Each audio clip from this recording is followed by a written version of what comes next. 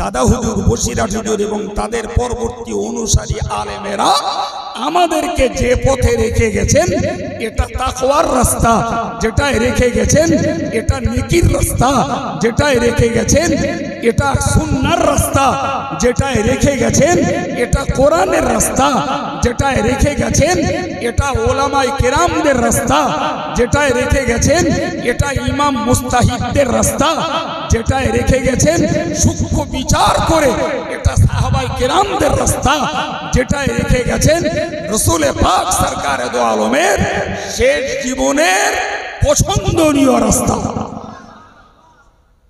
এখন যদি যুবকদের মাথা ঘোরে আর ইউটিউবের বক্তৃতা শোনে, আর ইউটিউবের বড় বড় হোতা তৈরি হয়েছে, জি, কেউ পিস টিভির বক্তা, আবার কেউ ইন্টারন্যাশনাল মুফাসসিরে কোরআন, জি, ওরা যা ছড়াচ্ছে এই যুবকগুলো, এরা না পড়েছে কোরআন, না পড়েছে অরিজিনাল হাদিস, না পড়েছে বসিরহাট হুজুরের কিতাব, না পড়েছে এরা বিশ্বের বড় বড় ওলামাদের সুচিন্তিত মত, এরা এখন হয়েছে টিভি শ্রোতা।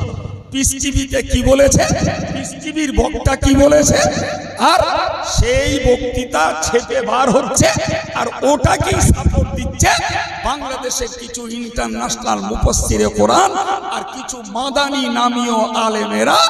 এরা মনে করছে কাইম সাহেব যা বলে ভুল, মাতিন সাহেব বলে ভুল, রজব আলী সাহেব বলে ভুল, এদেশের ইয়াং ওলামারা যা বলছে ভুল। তার মানে হলো আমাদের দেশের পরলোকগত ওলামা যারা, এরাও ভুল বলে গেছে। আর তার ঊর্ধ্বতন শুধু আলেম না, যারা আধ্যাত্মিক জগতের পীর ওলি, দাদা হুজুর, বসিরহাট হুজুর, তাদের খলিফা, ওরাও ভুল বলে গেছে। এখনকার যুব সমাজ ইউটিউবে যেটা পাচ্ছে ওটা খাঁটি আর বাকিগুলো বাতিল।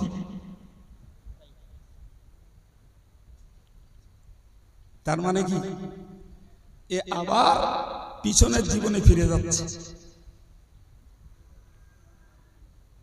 যেখান থেকে শুরু হয়েছিল সেখানে।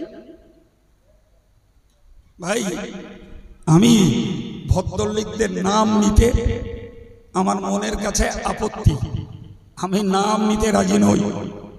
তবে আমার এই বচনে যারা বোঝার বুঝেছেন, আজকের ইউটিউবের মাধ্যমে কারা আমাদের মাঝে বিভ্রান্তি ঘটাচ্ছে, কারা আমাদের মতবাদগুলোকে চেঞ্জ করছে, কারা আমাদেরকে এই আধ্যাত্মিক জগতের অলি এবং অন্তর্চক্ষুর মানুষ দাদা হুজুর, বসিরহাট হুজুরের আদর্শ থেকে আমাদেরকে বিচ্ছিন্ন করে নিয়ে যাচ্ছে।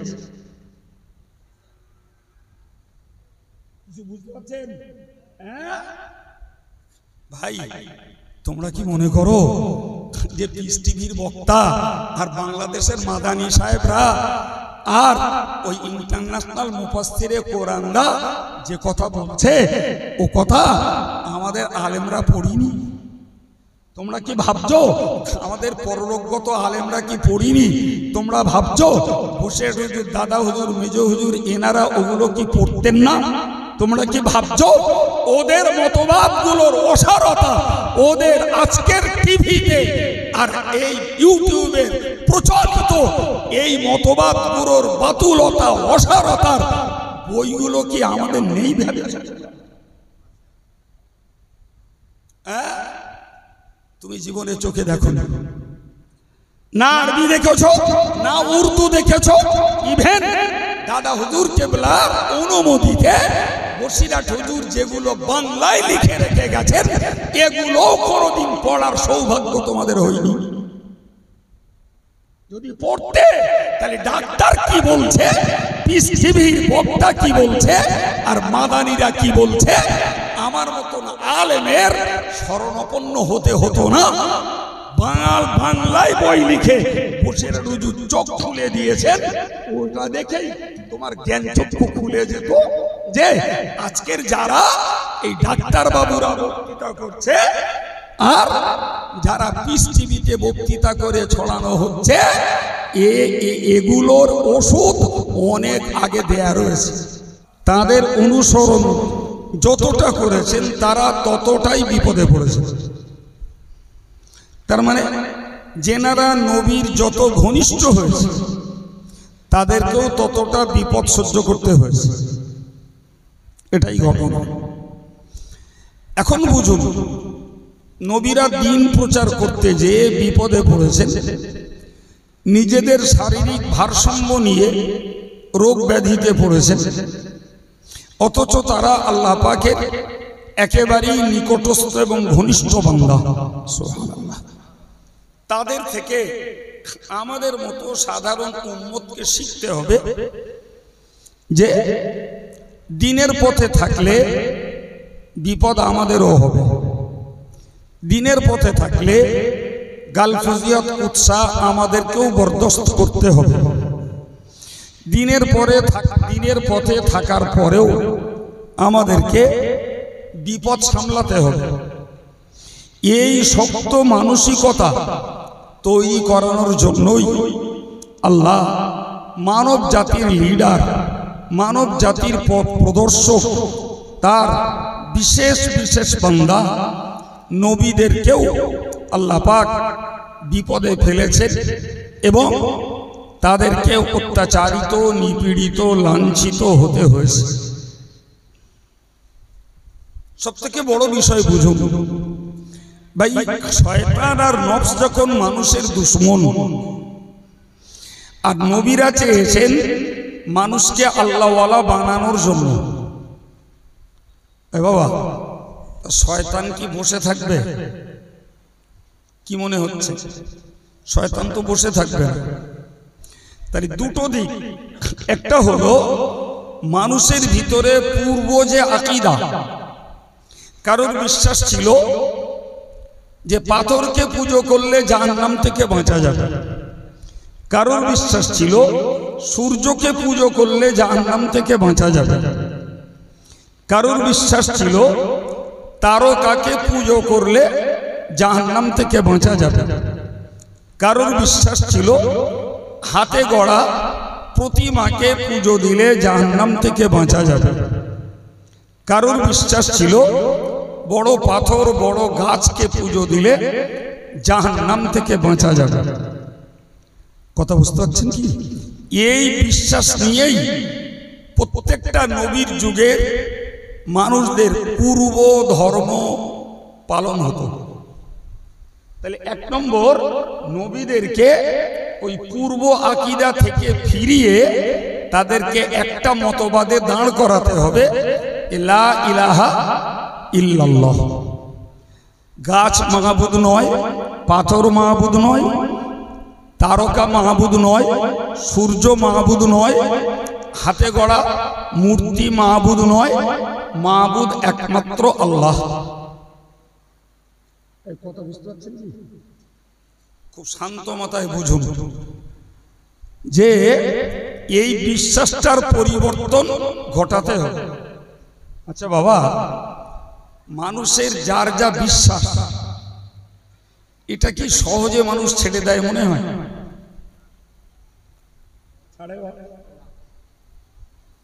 যে যেটাকে পূর্ব থেকে বিশ্বাস করে রেখেছে সেটা সহজে ছাড়ে না, কারণ তার পূর্ব বিশ্বাসের প্রতি তার একটা মনের টান আছে, তার ভিতরে একটা বদ্ধ ধারণা তৈরি হয়েছে যে এই বিশ্বাসটা যদি আমি করি বা এটাকেই যদি আমি ধরে রাখি, এতেই রয়েছে আমার ইহকালের শান্তি আর পরকালের মুক্তি। ফলে পূর্ব বিশ্বাস সহজে মানুষ, অত সহজ নয় ভাই। আবার যাতে তারা পূর্ব বিশ্বাসটা না ছাড়ে, এর পক্ষে ইবলিস তাদের সহায়তা করে। কথা বুঝতে পারছেন? তাহলে একটা হলো নিজের মনের টান, যে আমি যা বুঝেছি, আমি যা বিশ্বাস করেছি সেটা আমি ত্যাগ করব না। কথা বোঝা গেল? আর ওদিক দিয়ে ইবলিস তাকে সহায়তা করছে যে খবরদার, তুই যেন মূর্তি পূজা বাদ দিস না, তুই যেন তারকা পূজা বাদ দিস না। তুই জানো দেবদেবীদের পুজো অর্চনা করা বাদ দিস না, অন্যমনস্ক হবেন না। আমি হলো এমনি নবী দিবসের নামে থ্রো কাহিনী বলা লোক না, আজকে একদিন না অনেক বছর ধরে এরা আনছে। ওরা কাজ করছে করুক, আমার কথার দিকে মন দেন। আমি সুস্পষ্ট আপনাদেরকে শিখিয়েছি দুটো জিনিস। এক হলো নিজের পূর্ব মতবাদকে মানুষ সহজে ছাড়তে চায়, আর দ্বিতীয় হলো যে পূর্ব মতবাদ যাতে না ছাড়ে ইবলিস তাদের ভিতর থেকে, নফস তাদের ভিতর থেকে উৎসাহ দেয়, সহায়তা করে। কথা বোঝা গেল? সম্মানিত ভাইরা আমার, এই বিপরীত পরিস্থিতি ঠেলে তবে একটা মানুষকে আল্লাহর পথে ফেরাতে হয়েছে নবীদের। সুবহানাল্লাহ। একদিকে শয়তানকে ঠেলতে হয়েছে, আর একদিকে তাদের পূর্ব মতবাদের মুহাব্বতকে তাদের দিল থেকে বার করতে হয়েছে। তবে তারা দিলে আল্লাহ পাকের একত্ববাদকে জায়গা দিয়েছে। ঠিক না ভুল? এই পর্যন্ত মনে রাখুন, ওই পর্যন্ত মনে রাখুন। সময় হলে আবার আপনাকে এখানে ফিরিয়ে আনব। ভাই, আমরা বসিরহাট এলাকার মানুষ, তো এই এলাকার মুরব্বী যারা আর তাদের আব্বা যারা ছিলেন, সত্য কথা, তারা দিনের আলো পেয়েছে বসিরহাট আল্লামা হুজুরের একান্ত মেহনতের ফলে। অস্বীকার করবেন? আবার বলছি, মুরব্বী যারা আর এনাদের আব্বারা যারা, তারা দিনের আলো পেয়েছেন বসিরহাট আল্লামা হুজুরের একান্ত মেহনতের ফলে। হয় বক্তৃতা, না হলে কেতাবের লেখনী, না হলে সামনে থেকে বসিয়ে তাদেরকে তালিম তাওয়াজ্জুহ দেওয়ার মধ্য দিয়ে। সুবহানাল্লাহ। আমার এই কথাটা আপনারা মেনে নেবেন? হ্যাঁ, তখন এই এলাকার মানুষদের ভিতরে যে বিশ্বাস কাজ করছিল সেটা হলো দরগায় যাওয়া, থানে যাওয়া, বড় গাছের কাছে যাওয়া। এই এলাকার মানুষদের ভিতরে কাজ করছিল লক্ষ্মীর ঘোলায় ধান দেওয়া, ফরিদের নামে সিন্নি দেওয়া। এই এলাকার মানুষদের যে মনসার ডালা দেওয়া কারা করত? তারা কিন্তু ভিন ধর্মের ছিল না, তারা কিন্তু পারিবারিকভাবে মুসলমান বলেই পরিচিত ছিল, কিন্তু তাদের ধর্ম আচরণটা ছিল ওই ভিন ধর্মের সঙ্গে। আমাকে এখানে ধরে রাখেন, আর আমি আপনাকে ঠিকানা দিচ্ছি, আপনি চলে যান। আজও পশ্চিম বাংলায় এমন জায়গা রয়েছে যেখানে আজও ভিন ধর্মের ধর্ম আচরণ মুসলমানরা করছে। বিশ্বাস করেন আপনারা? আল্লাহর লাখো শুকরিয়া যে ফুরফুরা দাদা হুজুরের ফয়েজে, বসিরহাট আল্লামা হুজুরের একান্ত মেহনতে আমরা যারা দাদা হুজুরের মতাদর্শ এবং বসিরহাট হুজুরের কেতাবের লেখনীকে অনুসরণ করি, আমরা ওই ভিন্ন মতবাদগুলোকে ত্যাগ করে বিগত দিনের মুহাব্বতকে ছেড়ে দিয়ে আমরা এক আল্লাহর প্রতি বিশ্বাসী হয়েছি। আমি আপনাকে গল্পে বলছি না, সেই জায়গায় বাস্তবে যেয়ে আমার অভিজ্ঞতা বলছি। ভাই, তাহলে বলতে পারা যায় যে আমাদের মধ্যে দাদা হুজুর কেবলা, তার আওলাদ, তার খলিফা, বিশেষ করে বসিরহাট এলাকার মানুষের কাছে স্মরণীয়, বরণীয়, মাননীয় ব্যক্তিত্ব বসিরহাট আল্লামা হুজুর। তাদের একান্ত দিন প্রচারের বিনিময়ে, লেখনের বিনিময়ে এবং মানুষকে কাছে ডেকে তালিম দেওয়ার বিনিময়ে আমাদের বাপ দাদারা দিনের আলো পেয়েছে এবং পূর্ব মতবাদের মুহাব্বতকে তারা ত্যাগ করে দিয়েছে। এই জায়গাটায় দাঁড়িয়ে আমরা ভাই ভাই একটু সমীক্ষা করি বাবু, খুব ভালো করে সমীক্ষাটা বুঝুন ভাই। দাদা হুজুর, বসিরহাট হুজুর আর ওই সমশ্রেণীর যারা ভক্ত মুরিদ খলিফা ছিলেন, আচ্ছা আমাদের কি মনে হয় তারা আমাদেরকে কোনো ভুল পথ দেখিয়ে গেছেন? ভুল পথ দেখিয়ে গেছেন? তাহলে আমরা একান্ত আত্মবিশ্বাসে বলতে পারি তারা সত্যকারের কোরআন সুন্নাহর পথ দেখিয়ে গেছেন এবং আমাদের মুরব্বীরা এবং বর্তমান প্রজন্ম এরা সেই কোরআন সুন্নাহর পথেই দাঁড়িয়ে আছে। এ পর্যন্ত মনে রাখুন, পিছনে ফিরে চলুন। আমি আপনাকে আরো একটা বিষয় বোঝাই, খুব দুঃখের সঙ্গে বলছি।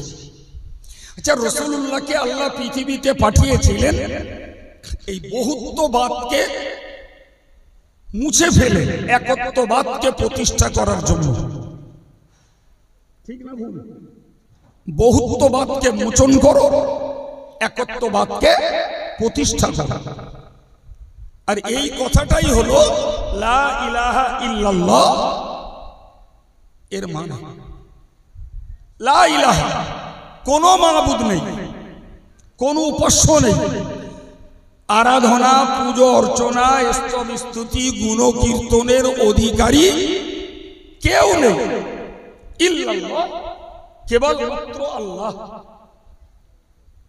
সুবহানাল্লাহ বলেন। তাহলে উপাসনার যোগ্য একমাত্র আল্লাহ। আল্লাহ ভাই আপনারা শুনে থাকবেন, কাবাতেও তৎকালীন সময়ের ভিন ধর্মী যারা তারা কাবাতে মূর্তি তুলেছিল, কাফের আর মুশরিকরা 360টি মূর্তি ছিল।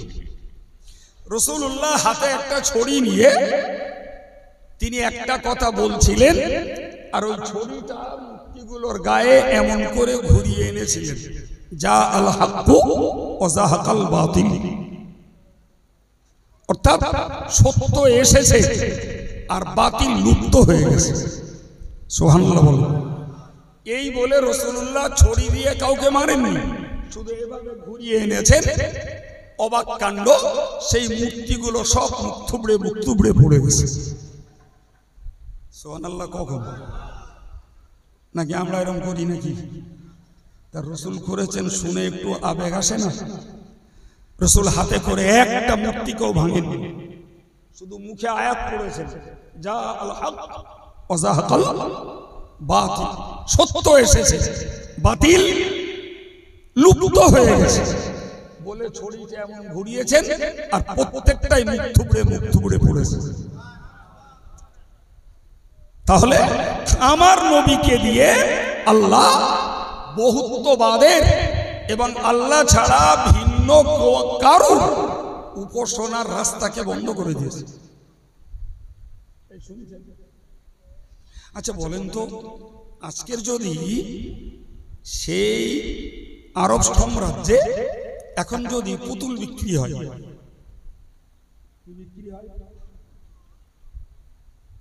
এখন যদি সেখানে মূর্তি বিক্রি হয়, তাহলে দুঃখের সঙ্গে কি বলতে হয় না যে রাসূল যাদেরকে যে জিনিসকে লোপাট করে তাওহীদের ঝান্ডা উড়িয়েছিলেন, আজকে 1400 বছর পরে সেখানে আবার সেই জিনিস যেন ফিরে আসছে। আমি গল্প বলছি না, বলবো একদম নিজে চোখে দেখে বলছি। ঝগড়াও বাড়িয়েছে, পুতুল বিক্রি হচ্ছে, মূর্তি বিক্রি হচ্ছে, তাও মদিনার বাজার। কি বুঝছেন আপনি? মেলা বসছে মক্কার বাজারে, তাহলে কি বলতে হয়? বলতে হয় এটাই, রাসূলুল্লাহ একটা হাদিসে বলেছেন, বাদা আল ইসলামু গরীবা ওয়া সায়াউদু গরীবা। নবী বলেছেন ইসলাম শুরু হয়েছিল অপরিচিতের মতো, কেউ চিনত না। কথা সত্য না মিথ্যা? চাকা ঘুরতে ঘুরতে ঘুরতে ঘুরতে এমন একটা দিন আবার আসবে যেদিন মানুষের কাছে ইসলাম যেন অপরিচিত বলি আবার গণ্য হবে। এ যেন তারই সূত্রপাত শুরু। মূর্তিকে লোপাট করে এক আল্লাহর মতবাদকে, তাওহীদকে রাসূল প্রতিষ্ঠা করে গেলেন। সেখানে যদি নতুন করে মূর্তির উদ্ভব হয়, তাহলে এটা যেন ইসলাম আবার অপরিচিতের মতোই মানুষের কাছে যেতে চাচ্ছে এবং তার সূত্র শুরু হয়েছে। কথা বুঝে আসছে কি? আচ্ছা, এটা কি সত্যি একজন আল্লাহওয়ালা দিনদার মানুষের জন্য দুঃখের নয়? কিন্তু আমার ঘরে, আমার পরিবারে, আমার সমাজে এমন মানুষ রয়েছে যারা ওটাকে ফলো করছে। সৌদিতে যদি খেলা হয়, আমরা কেন খেলা করব না? সৌদির মেয়েরা যদি খেলা করে, তাহলে আমাদের মেয়েরা কেন খেলা করতে পারবে না? সৌদির মেয়েরা যদি সিনেমায় যায়, তাহলে আমাদের মেয়েরা কেন সিনেমায় যাবে না? সৌদির মেয়েরা যদি নাইট পার্কে যায়, আমাদের মেয়েরা কেন যাবে না? সৌদির মেয়েরা যদি ড্যান্স দেয়, আমাদের মেয়েরা কেন দেবে না? সৌদির মেয়েরা যদি ড্রাইভিং করে, তাহলে আমাদের মেয়েরা কেন করবে না?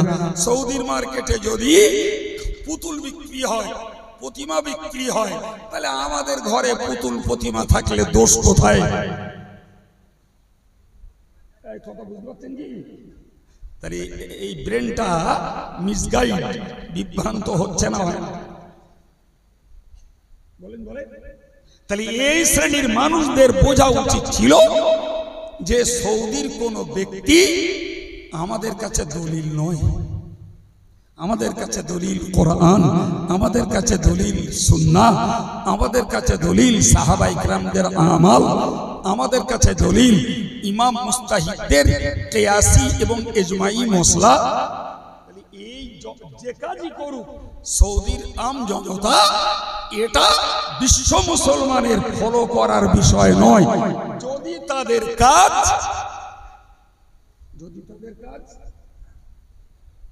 কোরআন সুন্নাহ ইজমা কিয়াসের সঙ্গে মেলে, তাহলে তো সেটাকে আমরা মান্যতা দেব বাবা। আর যদি কোরআন সুন্নাহর বিপরীত হয়, তাহলে সে সৌদির আর কেউ না করুক, খোদ যুবরাজ যদি করে, তারটাও মেনে নিতে আমরা। আপনারা বলেন তো, যা একটু আধা খবর রাখেন, মানের আচার আচরণটা সব কি ইসলামের পক্ষে মনে হয়? সে তো যুবরাজ, তার বাপ এখনো টিপ টিপ টিপ টিপ করছে। সম্ভবত 94-95 বছর বয়স, এখনো টিপ টিপ টিপ টিপ করছে, যার জন্য একে বলা হয় যুবরাজ। তার মানে ওর পরবর্তী বাদশা হিসাবে এর নাম নথিভুক্ত হয়ে আছে। কাজ চালাচ্ছে অনেকদিন ধরে বাপের জায়গায়। বাপ যেই মরবে তখন আর যুবরাজ থাকবে না, তখন হয়ে যাবে সৌদির বাদশা। কিন্তু আগে থেকে সঙ্গে তার যা দহরম মহরম, তার যা খাতির খাতরা আর ওদের যা আপ্যায়ন, তাতে ভালোই বুঝতে পারা যাচ্ছে যে সৌদির বাদশা, সৌদির যুবরাজ। কিন্তু এ জানো,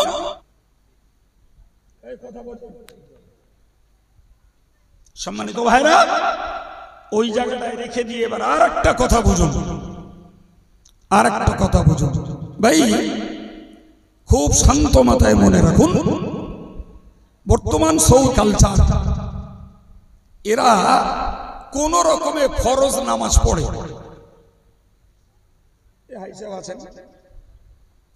উমরায় গেছেন, হজে গেছেন, আরো অনেকে থাকতে পারে, কোন রকমে ফরজ নামাজটা আদায় করে, বাকি সুন্নত নফলে তাদের কাছে কোনো পরোয়া নেই।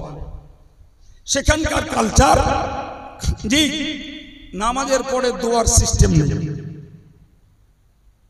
ভালো করে বুঝুন ভাই, সেখানকার কালচার আমরা রীতিমতো দেখতে পাই যে তারা ঈদের নামাজে 12 তাকবীর দেয়।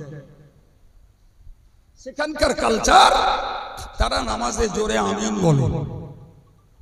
সেখানকার কালচার, তারা ইমামের পিছনে সূরা ফাতিহা পড়ে। সেখানকার কালচার, তারা নামাজে হাত ঝাড়া মারে। প্রিয় ভাই আমার, এই যে কালচার সেখানে চলছে, তো সেখানকার মানুষরা তারা শাফি মুযাহাবের কিংবা হাম্বলি মুযাহাবের, এটা তাদের দাবি। এখন ওই কালচারটা ইউটিউবের মাধ্যমে আজকে সারা পৃথিবীতে ছড়াচ্ছে। কথা শুনছেন? সারা পৃথিবীতে সেই কালচারটাই ছড়াচ্ছে। এখন ওই কালচার যেহেতু ছড়াচ্ছে, ফলে গোটা দেশের এক শ্রেণীর যুব সমাজ তারা মনে করছে সৌদিরা যেটা করছে ওইটা ঠিক।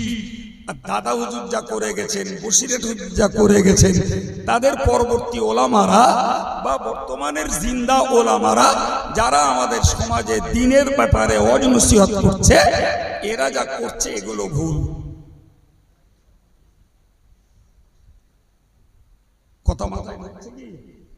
এখন আপনি বলুন, এদেরটা ভুল বলার আগে আপনি বলুন, রাসূলুল্লাহ মূর্তি পূজা বন্ধ করে এক আল্লাহর পূজারী বানিয়েছিলেন। এখন যদি নতুন করে সেখানে ইসলামী কালচারকে কবর দিয়ে ভিন্ন আধুনিক কালচার যদি তৈরি হয়, তাহলে কি একদিন এরা এটাও বলবে যে নবী এদের রাইটটাকে পরিবর্তন করে নাউজুবিল্লাহ ভুল করে গেছে? এখন যা হচ্ছে এটা ঠিক। কথা বলছেন কেন? এক কথা বুঝতে পারছেন না? তাহলে দুনিয়াবি ক্ষেত্রে তাদের এই আধুনিক কালচার যদি আধুনিক বিশ্ব সাপোর্ট করে, আর নবীরটাকে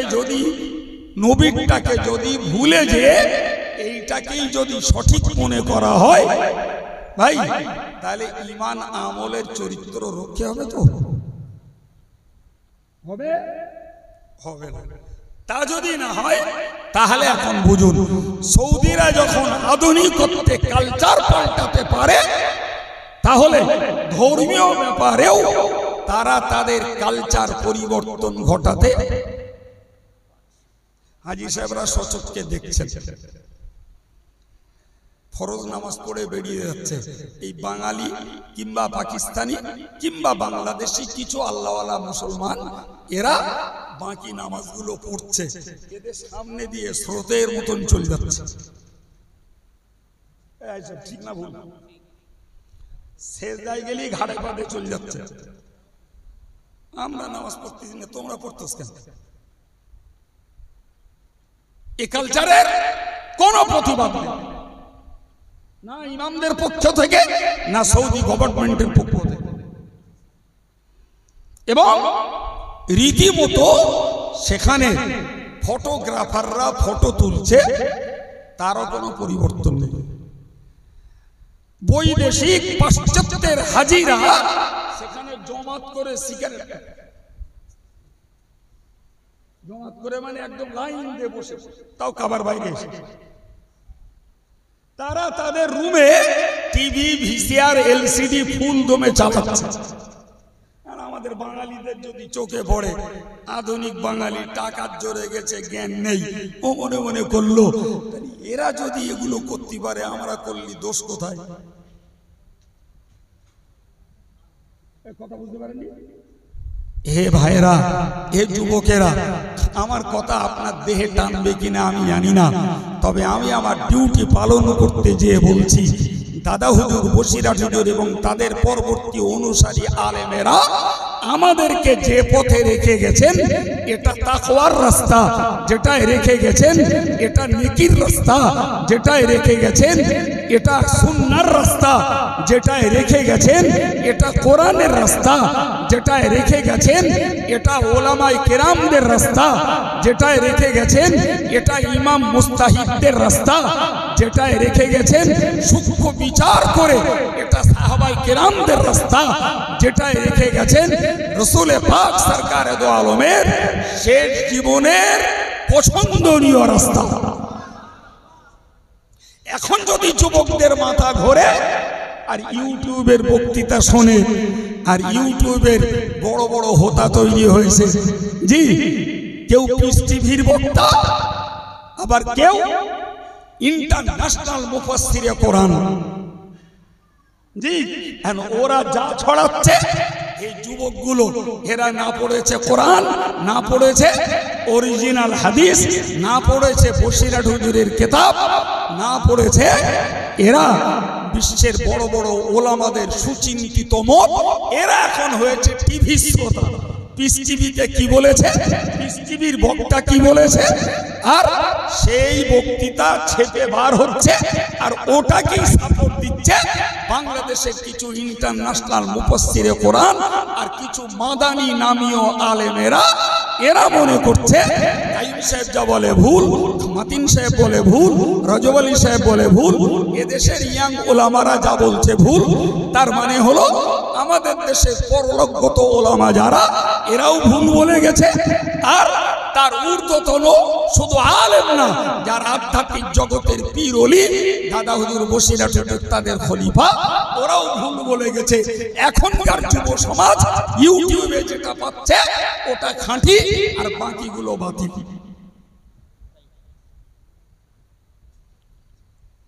তার মানে কি, এ আবার পিছনের জীবনে ফিরে যাচ্ছে।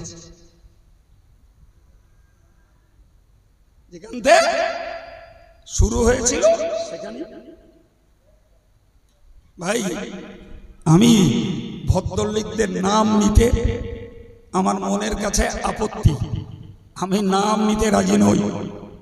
তবে আমার এই বচনে যারা বোঝার বুঝেছেন, আজকের ইউটিউবের মাধ্যমে কারা আমাদের মাঝে বিভ্রান্তি ঘটাচ্ছে, কারা আমাদের মতবাদগুলোকে চেঞ্জ করছে, কারা আমাদেরকে এই আধ্যাত্মিক জগতের অলি এবং অন্তর্চক্ষুর মানুষ দাদা হুজুর বসিরহাট হুজুরের আদর্শ থেকে আমাদেরকে বিচ্ছিন্ন করে নিয়ে যাচ্ছে।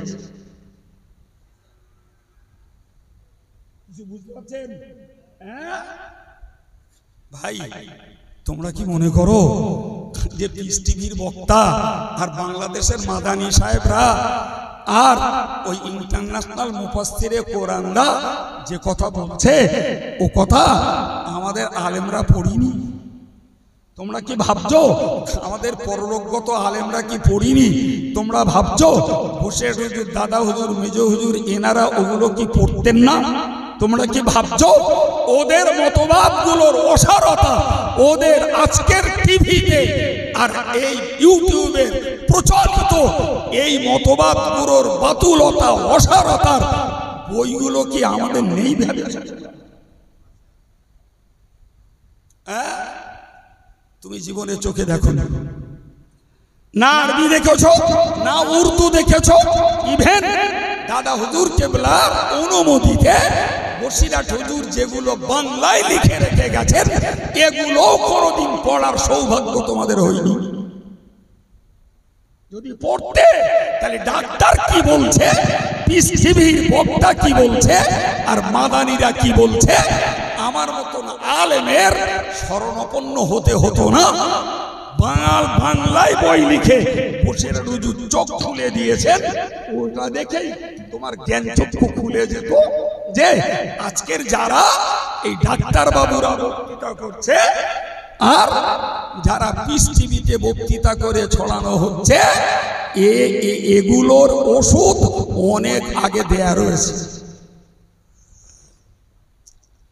কি বুঝছেন? আশ্চর্য ব্যাপার। বিনিময়ে কি দাঁড়িয়েছে? বিনিময়ে দাঁড়িয়েছে আধুনিকত্বে ভরে উঠছে দেশ আর সমাজটা। আর বাপ একরকম নামাজ পড়তে, তার ছেলে একরকম, মামু একরকম, তো ভাগনা আর একরকম। কথা বলছেন না কেন? হ্যাঁ জি, তার মানে ও বোঝাতে যাচ্ছে বাপ জাহান্নামে যায়, যাকে না আমি জান্নাতে যাই। ওর বক্তব্য মুখে না বললেও কাজটাই প্রমাণ করছে মামু জাহান্নামে যায়, যাকে যা আমি জান্নাতে যাব। ও হুজুর, আলেমরা, ইমামরা এরা জাহান্নামে যায়, যাকে যা আমরা সঠিক পথ পেয়েছি, আমরা জান্নাতে যাচ্ছি। ও বসে হুজুর দাদা হুজুর নাউজুবিল্লাহ, তারা জাহান্নামে যায় জাগিজা, ওরা ভুল করে গেছে আস্তাগফিরুল্লাহ, আমরা ঠিক করছি, অতএব আমরা জান্নাতে যাচ্ছি। ভাই আপনি পড়তে পারেন আর না পারেন, আপনার বিবেকের যুক্তি কি বলে এইটা কখনো কি সত্যি হতে পারে? সুতরাং এই বিভ্রান্তির যুগে, মিসগাইডের যুগে আমি আজকে নবী দিবস করতে বসে আপনাদেরকে আন্তরিকভাবে সতর্ক করছি, বাবু নিজেরাও ওই দুমদাম কারোর কথা শুনে মতবাদ পাল্টাবেন। দুমদাম কারোর কথা শুনে যদি আমাদের ঘরের সাধারণ শিক্ষিত কিংবা অশিক্ষিত যুবকেরা তারা যদি তাদের মত পরিবর্তন করতে চায়, যেভাবেই হোক তাদেরকে প্রতিরোধের চেষ্টা করুন। যদি না পারেন তবু আল্লাহর কাছে বলতে পারবেন আল্লাহ চেষ্টা করেন। প্রিয় ভাই ফিরে চলুন, আমি আমার বক্তৃতা কোথায় রেখে এসেছি। আমি আপনাকে বোঝাতে চেয়েছি যে রাসূল করিম সাল্লাল্লাহু আলাইহি ওয়াসাল্লাম তাদের এই বহুত্ববাদের বিশ্বাসকে লোপাট করে তবে একত্ববাদের বিশ্বাসকে তাদের মনে প্রতিষ্ঠিত করেছিলেন। সুবহানাল্লাহ। জি, এবং তারাই হয়েছিলেন সারা পৃথিবীর খাঁটি মুসলমান, সারা পৃথিবীর খাঁটি মুসলমান। বিশ্বাস করুন, আমি আপনাকে একটা কথা বলছি, এই আমাদের ভিন্ন মতের লোকেরা আর ওই ডাক্তারবাবু আর পিস টিভির বক্তা যারাই হোক, এরা যে নতুন ফতোয়াগুলো আর মসলাগুলো ছড়াচ্ছে, বিশ্বাস করুন রাসূল করিম সরকার দু আলমের শেষ জীবনে জি এইগুলির একটিও না ছিল হাত ঝাড়া মারা, না ছিল আমিন বলা, না ছিল পিছনে কেরাত পড়া, জি না ছিল রাসূল পাক সরকার দু আলমের শেষ জীবনে সাহাবায়ে কেরামদের আমল যে ঈদের 12 তাকবীর, জি কিচ্ছু ছিল না, কিচ্ছু ছিল। তার মানে কোন সময় সেগুলো হলেও পরবর্তীতে সেগুলোর হুকুম স্তব্ধ হয়ে গেছে, রহিত হয়ে গেছে, আরবিতে বলা হয় মনসুখ হয়ে গেছে। জি শেষ জীবনে এই আমলগুলোর একটাও ছিল না, না রাসূলের না ছিল কিবারে সাহাবা, বড় বড় সাহাবাদের কারোর মধ্যে ছিল না। প্রিয় ভাই, আমার বক্তব্য আমি আপনাকে বলতে চেয়েছি ভাই, এখন বলুন তাদের মত পরিবর্তন করতে রাসূলকে প্রচুর মেহনত করতে হয়েছে। আর আমি অবাক হয়ে যাই, এই যুগের ছেলেদের মত পরিবর্তন করতে কোনো মেহনত করতে হয় না। ডাক্তারবাবু কিছু একটা বলে দিলি তাতেই নাচে। কথা বুঝতে পারেননি? ওই ইউটিউবে কি একটা কেটা বললো তাতে নাচতে, আল্লাহ জানে এরা নাচতে নাচতে কবে হয়তো বলবে যে ও ইউটিউবে পাওয়া যাচ্ছে যে কোরআনে 5 ওয়াক্ত নামাজের কথা নেই। আমি গল্প বলবো, এরা কবে আবার ওরে মনে করবে এই হলো আধুনিক আন্তর্জাতিক মুফাসসির, এ যখন বলছে নামাজ পড়তে কথা কোরআনে নেই, সুতরাং আমাদের মাওলানা ইমাম সাহেব আর এই কাইম সাহেবরা এরা শুধু আমাদের ফাও খাটাচ্ছে। আর একদল বলছে যে কোরআনে কোথাও দাড়ি রাখার কথা নেই, সে কোরআন বলছে। এখন এরা মনে মনে করছে যারা দাড়ি রেখে পেকে গেছে, অনেক যুবকরা তারাও দাড়ি রাখছে, অনেক যুবক অটোমেটিক্যালি দাড়ি রেখেছে, ওদের কথা শুনে হয়তো ভাববে যে এ দাড়ি রাখার কথা কোরআনে নেই, যখন এ আর বোঝা বয়ে লাভ নেই। উন্নতি হচ্ছে মনে হচ্ছে, ধর্মটার এরা হাইব্রিড করে ফেলেছে। জি এই কিয়ামবাদ, আখিরি জোরবাদ, আজানে হাত তোলাবাদ, ইসা সওয়াববাদ, জি কলবাখানি বাদ, যত শর্ট করা যায় বাদ দিতে নামাজের দোয়া বাদ দিলে বা নফল নামাজ বাদ দিলে, সুন্নত বাদ দিলে, জি আমি কবে ফরজটা আবার শর্ট করে ফেলে।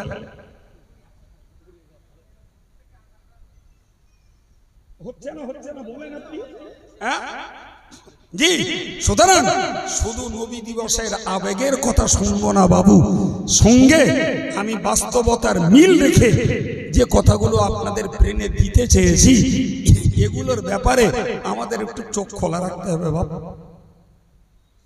চোখ খোলা আপনি সহ্য করতে পারেন।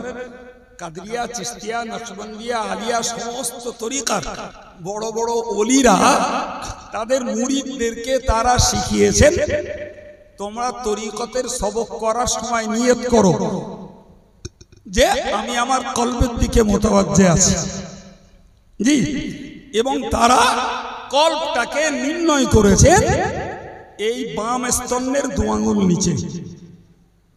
জীবনে যারা কারু জিকিরের মজলিসে বসেছেন মনে করে দেখেন, জি এই জায়গাটা চিহ্নিত করেছে, এখানে কি আছে ওখানটায় একটু খেয়াল করে দেখবেন ধুক ধুক ধুক ধুক ধুক ধুক করছে।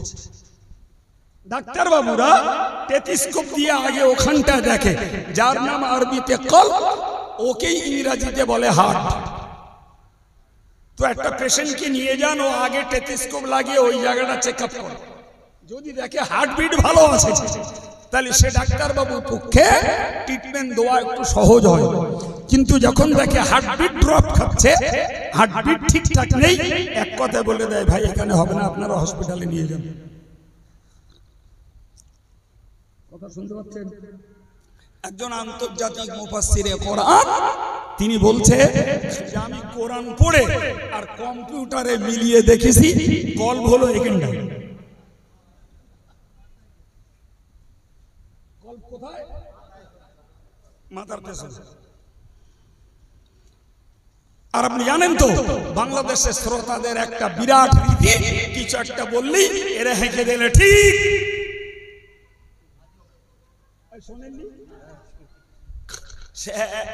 এক জন্তু তার তো এখানে বসে তো নাম আত্মার নেব না, গেছে তো মরে। জি, সে শয়তান বলতো যে রসুলের কন্যা ফতেমা আমার স্ত্রী। তাতেও এই গোমরার দল ঠিক বলতো। এই মরে গেছে বলো গত 2-3 বছর আগে।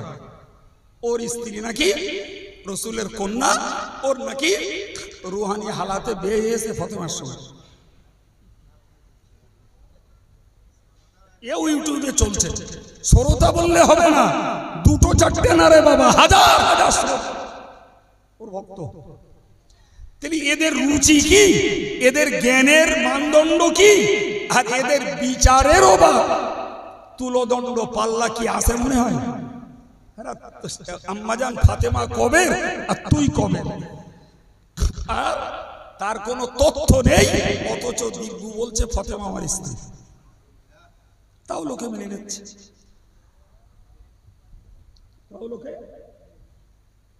সম্মানিত ভাইরা আমার, এই জন্যই মনে হয় হাদিসের কিতাবে উল্লেখিত রয়েছে, হযরত মুহাম্মদ ইবনে সিরিন রাদিয়াল্লাহু আনহু বলেন, ইন্না হাযাল ইলমা দীনুন ফানজুরু আম্মান তাখুযুনা দীনাকুম।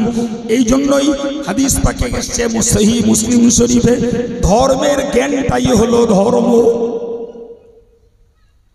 ধর্মের জ্ঞানটা আবার মুখস্থ করুন, ধর্মের জ্ঞানটা ধর্ম। তার মানে কি, মানুষ জ্ঞানের উপরে আমল করে। এখন যার জ্ঞান হয়েছে তাহারি বা বাঁধার সময় এই বৃদ্ধ আঙ্গুলি কানের লতিতে ঠেকাতে হবে, আর হাত ছেড়ে দিতে হবে, যেখানে যায় সেখানে বাঁধতে হবে। তো দেখা যায় হাত চলে আসে নাভির নিচে। আবার যার জ্ঞান হয়েছে যে লতিতে ঠেকাতে হবে না, কাঁধ পর্যন্ত তুললেই মিটে যাবে, সেই পর্যন্ত তুলে মনে হচ্ছে যেন নামাজের বদলে একটা কুস্তি করতে এসেছে, সে বেঁধে দিলে বুকে। আবার আমরা সৌদিতে যে দেখছি আর একদল লোক নামাজ পড়ছে একদম স্ট্রেট, হাত ছেড়ে দিয়ে দাঁড়িয়ে আছে। কবেকার জ্ঞান হবে, ও নাভির নিচেও বাঁধবে না, বুকেও বাঁধবে না, ছেড়ে দেও দাঁড়াবে না, হয়তো পিছনে বাঁধবে। জ্ঞান যেরাম ধর্ম সেইরাম, জ্ঞান যেরাম। এই বলেন বলে হাদিসের কথাটার গুরুত্ব আছে না নেই? একদম একদম ইন্না হাযাল ইলমা দীনুন, ধর্মের জ্ঞানটাই ধর্ম। ফানজুরু আম্মান তাখুযুনা দীনাকুম, অতএব তোমরা তোমাদের ধর্ম জ্ঞান কার কাছ থেকে নেবে আগে ওইটা যাচাই করো। কার ধর্ম জ্ঞান নিচ্ছ তুমি? এখন ধরুন আব্দুল কাইয়ুমের কাছ থেকে আপনারা মূল্যবান সময় ব্যয় করে দুটো জ্ঞানের কথা শুনছেন। জি, হরিয়ারপুর, কাটারাটি, সোলাদানা এই এলাকার লোক আব্দুল কাইয়ুমের চেনে না? জোরে বলেন, আজ থেকে চেনেন? জি চেনেন। আমার এই ভাই সত্যি বলেছে, জি উনি এখান থেকে কম বেশি 22 বছর আগে থেকে চেনেন ভাই। তাহলে এই চেনেন, এদের আখলাক কি, এদের আমল কি, এদের জ্ঞান কি, এদের চাল চলন কি জানেন। আমি আমার দিয়ে বললাম, তো আমার দেশে ঘরে যারা আরা অজনসিয়ত করছে আমাদের সিলসিলা, আমাদের সংগঠনের ভাই, এদেরকেও আমরা চিনি না? চিনি। প্রিয় ভাই আমার, এখন আপনি বলুন যে ইউটিউবের একটা বক্তা করলো, আমি তার আকীদা জানি না, তার মাযহাব জানি না, তার মতবাদ বুঝি না, যে তার চটকদারি কথায় আমি ভুলে মনে করলাম এই হচ্ছে বর্তমান বিশ্বের শ্রেষ্ঠ জ্ঞানী। সুতরাং আরগুলো সব বোকা, আরগুলো সব ভুল করে, আরগুলো সব জয়ীফ হাদিস আমল করে, এইটি হচ্ছে সহিহ হাদিস আমল করে। ভাই হাদিসের আলোকে ওইটা কি বোঝার আর মনে করার সুযোগ আছে? হাদিস কি বলেছে? ধর্মের জ্ঞানটাই ধর্ম, যার কাছ থেকে নেবে আগে ওকে যাচাই করো,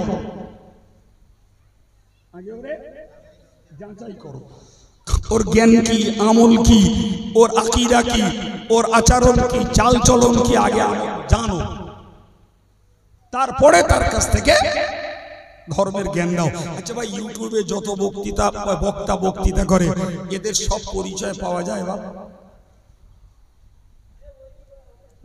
পরিচয়, কেউ সুর পাগল, কেউ ইংরেজি পাগল, কেউ কার চটকদারি কথা পাগল, কেউ হাসি পাগল।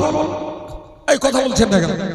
যে বক্তা হাসায় তারও শ্রোতা আছে, যে সুর করে গজল গায় তারও শ্রোতা আছে, যে পুরো স্টেজটায় অভিনয়ে পরিণত করছে তারও শ্রোতা আছে।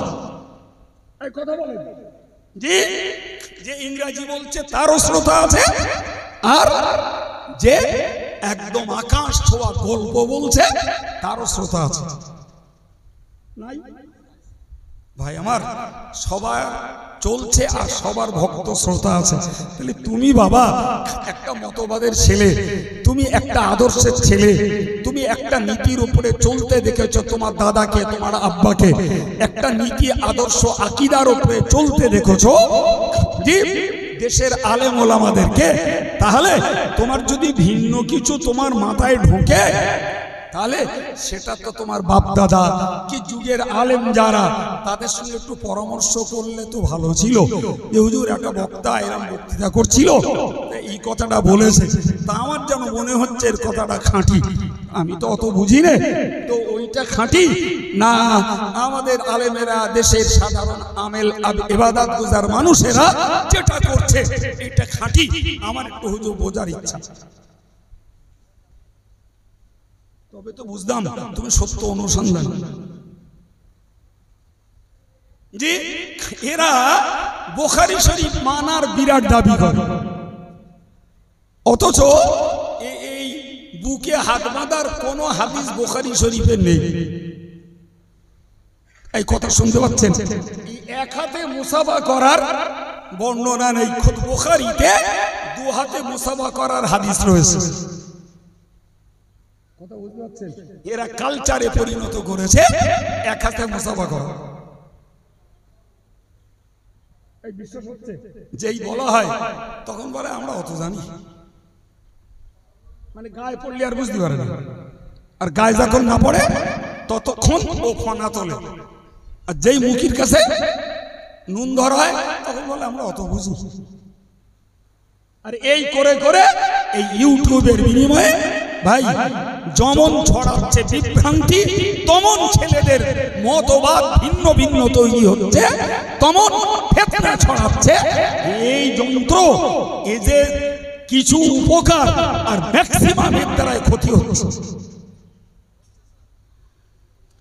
উপকার কিছু আছে বটেই, কিন্তু উপকারের তুলনায় ক্ষতি বেশি হচ্ছে। আর মাঝখান থেকে একদল ব্যবসা করে যাচ্ছে, তার কাছে দুটো পয়সা হচ্ছে। জি, তুমি মানা করবা, মানা করে করে মুখ ভোঁতা হয়ে গেছে। ওদের কত রকমের সিস্টেম আছে, সেসব আমার মতো লোক বোঝার ক্ষমতা নিয়ে আর ওসব নিয়ে চর্চা করার সময় নেই। জি ভাইরা আমার, তো আজকে নবী দিবস উদযাপন করতে বসে আমি আপনাকে একটা কথাই শুধু শেখাতে চেয়েছি। রাসূল করিম সাল্লাল্লাহু আলাইহি ওয়াসাল্লাম বুঝিয়েছিলেন লা ইলাহা ইল্লাল্লাহ মানে কি? লা ইলাহা, কোনো মাবুদ নেই। কোনো মাবুদ, আচ্ছা এই রাসূল যখন বলছিলেন কোনো মাবুদ নেই, তখন ওই প্রথম দিকে বলেছি আমি, অতগুলো ধর্মের লোক মক্কায় তখন মওজুদ। ও মূর্তি পূজা বলো, গাছ পূজা বলো, পাথর পূজা বলো, সূর্য পূজা বলো, যে এসব বিশ্বাসীরা তখন মওজুদ। নবী ওদের সামনে বললেন লা ইলাহা, মাবুদ কেউ নেই। আমি কেটে বলছি বোঝানোর জন্য, নবী কেটে বলেননি, নবী মিলিয়ে বলেছিলেন জি কেউ নেই। আর কেউ নেই যখন বললো, ওরা বুঝে নিল গাছকে পুজো করা যাবে না, পাথরকে পুজো করা যাবে না, তারকা পুজো করা যাবে না, সূর্য পুজো করা যাবে না, আগুন পুজো করা যাবে না, মূর্তিকে পুজো করা যাবে না। কার করতে হবে? রাসূল একদম মিলিয়ে বলে দিলেন লা ইলাহা ইল্লাল্লাহ, কেবলমাত্র শুধুমাত্র একমাত্র আল্লাহরই ইবাদত করতে হবে। স্রষ্টা উপাস্য কেবল তিনি, আর কেউ না। হে যুবকেরা, আমি সতর্ক করছি, নবীর জীবনের প্রথম সংগ্রাম ছিল বহুত্ববাদকে কবর দিয়ে একত্ববাদকে আগে প্রতিষ্ঠা করো, তারপরে নামাজ পড়ো, তারপরে জিকির করো, তারপরে দাড়ি রাখো, তারপরে দান করো, তারপরে রোজা রাখো, জি তারপরে সুদ ছাড়ো, তারপরে মদ ছাড়ো, তারপরে গান ছাড়ো, তারপরে হত্যা ছাড়ো, তারপরে নারী নির্যাতন ছাড়ো। আগে তোমার বিশ্বাসটাকে স্বচ্ছ করো।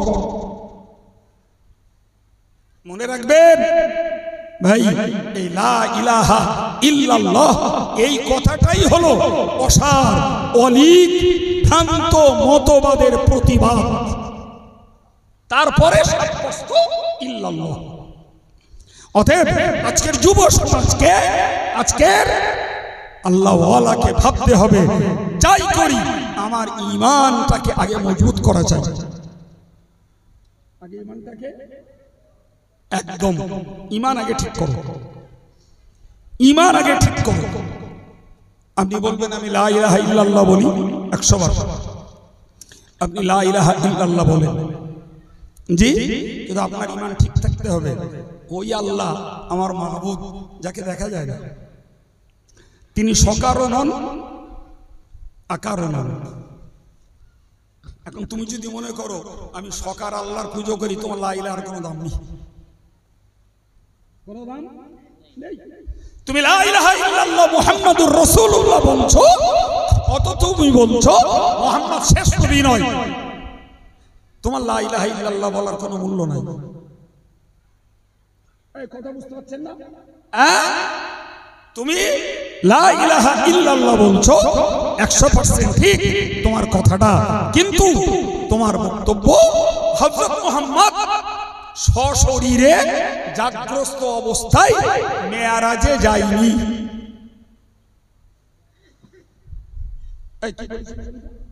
সশরীরে জাগ্রত অবস্থায় মেরাজে যায়নি। মেরাজের যা ঘটনা সব স্বপ্ন। এই যদি হয় তোমার আকীদা, তোমার লা ইলাহা ইল্লাল্লাহ বলার গুরুত্ব কোথায়? তুমি লা ইলাহা ইল্লাল্লাহ বলছো, অথচ তোমার বিশ্বাস তৈরি হয়েছে জি রাসূলের থেকেও শয়তানের ইলম বেশি। তোমার লা ইলাহা ইল্লাল্লাহ বলার মূল্য কোথায়? এই কথা বলো। তুমি বলছো আমি লা ইলাহা ইল্লাল্লাহ বলছি, অথচ তুমি পরিষ্কার বলছো আল্লাহর রাসূল ছাড়া কাউকে মানা যাবে না, ইমাম না, মুস্তাহিদ না, এবং যারা কাশফ শক্তি সম্পন্ন ওলিউল্লাহ কোরআন শরীফে যাদেরকে বলা আছে সিদ্দিক, শহীদ, সালেহ, তুমি বলছো কোরআন হাদিস ছাড়া ইমাম, কোরআন হাদিস ছাড়া কাউকে মানা যাবে না, ইমাম, পীর, ওলি আল্লাহ কাউকে মানা যাবে না। যে তুমি লা ইলাহা ইল্লাল্লাহ বলছো, কিন্তু কোরআনের প্রতি তোমার আস্থা তো ঠিক নেই। কোরআন বলছে সালেহদেরকে মানো, কোরআন বলছে উলিল আমরকে মানো, কোরআন বলছে শহীদদেরকে মানো, কোরআন বলছে সিদ্দিকদেরকে মানো।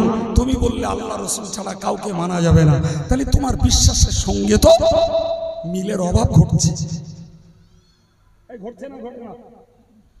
এই জন্য বলছি বাবু, জি, নামাজ, কালাম, জিকির, আজকার, দোয়া, তাসবিহ, তেলাওয়াত, নেকির কাজ করা আর পাপের কাজগুলোকে ছাড়া সব কিছুর পূর্বে ওই একটা কথা মনে রাখো, নবী প্রথম সংগ্রাম করেছিলেন ভ্রান্ত আকীদাকে লোপাট করে সহি আকীদা, আল্লাহর একত্ববাদের বিশ্বাসী মানুষকে বানানো। সুতরাং কিয়ামত পর্যন্ত মানুষকে মনে রাখতে হবে, আগে আমার বিশ্বাসটার স্বচ্ছতা, পবিত্রতা আগে চাই। বিশ্বাসের স্বচ্ছতা, পবিত্রতা আগে চাই, তারপরে ওর উপরে দাঁড়াবে আমার আমলগুলো। এই কথা বুঝে আসছে বাবু? জি। তো আমি আজকে কোরআন শরীফের একটা ছোট্ট সূরা পড়েছিলাম নবীর শানে কিছু বলার জন্য, তো ভিত তৈরি করতে করতে আমার শক্তির বাইরে চলে গেছে। আর নয়, আমি আপনাকে আজকের নবী দিবস উদযাপনের মজলিসে বসে মূলত সেকাল আর একাল মিলিয়ে বোঝাতে চেয়েছি, আমাদের আকীদাটা আগে ঠিক রাখা দরকার, আকীদাকে আগে ঠিক করা দরকার। এটাই নবীর জীবনের সংগ্রাম ছিল, আর আমরা ওটাই দেখে দেখে আসছি, যেন নতুন করে আমাদের আকীদা আবার ওই ভ্রান্তির দিকে চলে না যায়। এ ব্যাপারে প্রত্যেকটা দিনদার, ইমানদার, মুরব্বী এবং যুব সমাজ সকলের কাছে আমার আন্তরিক অনুরোধ, আল্লাহর রাস্তে, আল্লাহর রাস্তে এই বিভ্রান্তি হবেন না, লক্ষ্য করবেন না। মনে রাখবেন এ কথাই, আমি আব্দুল কাইয়ুম আমার নিজের কথা একটাও বলিনি, আমার নিজের কথা বলেছি, জোরে বলেন বলেছি। আমি এক গোলাম, আমি বসিরহাট হুজুরের আদর্শের গোলাম, দাদা হুজুরের মতাদর্শের গোলাম, আমি ইমাম আজম আবু হানিফা রাহমাতুল্লাহ আলাইহির মাযহাবের গোলাম, আমি রাসূল পাকের সুন্নাহর গোলাম, সাহাবায়ে কেরামদের আমালের গোলাম, তাদের পক্ষে সমর্থিত কথা বলেছি। এই কথা বুঝতে পারেননি? জি। সুতরাং কারোর যদি মনে হয় যে না ওরাও তো কোরআন হাদিস বলছে, ও যে যখন বলে তার মতন বলে, অতএব ওরাও যা বলছে ওটাও ঠিক, বাবু ওই ঠিক আর বেঠিক বিচার করার মতো নাক বলো তোমার নেই। এই কথা বুঝতে পারেননি? জি ভাই, শেষ কথা বলছি, কোনদিন শুনে থাকলে স্মরণ হবে, না শোনেন তা শুনুন। ভাই মানুষ শিক্ষিত, মানুষ জ্ঞানী, মানুষ বুদ্ধিজীবী। জি ভাই, এখন বলুন তো, এই একটা কাদার দলা, কিসের দলা? একদিকে কাদা আর একদিকে গুড়, এরকম চপাট করে দুটো দলা লাগিয়ে দিয়ে দেবো, আর ভদ্র শিক্ষিত বুদ্ধিজীবী জ্ঞানী মানুষকে বলবো, বাবা আসুন গুড়টা খান, গুড় যেন বাদ না যায় আর কাদা যেন খাওয়া না পড়ে। কে পারবেন একটু হাত তুলে দেখান দিন। হয় গুড় বাদ যাবে, নালে কাদা খাবেন। ওই কাজটা নিখুঁত ভাবে পারে পিঁপড়ে। কে পারে? এক বিন্দু কাদা খাবে না, আর গুড়ও এক দানা বাদ দেবে না। দেবে? ছেলেরা, আজকের ইউটিউবের বক্তারা, আন্তর্জাতিক মাদানিরা, মুফাসসিররা, আর এই ডাক্তার বাবুরা, পিস টিভির বক্তারা, এরা বলো গুড় আর কাদা একসঙ্গে দিচ্ছে।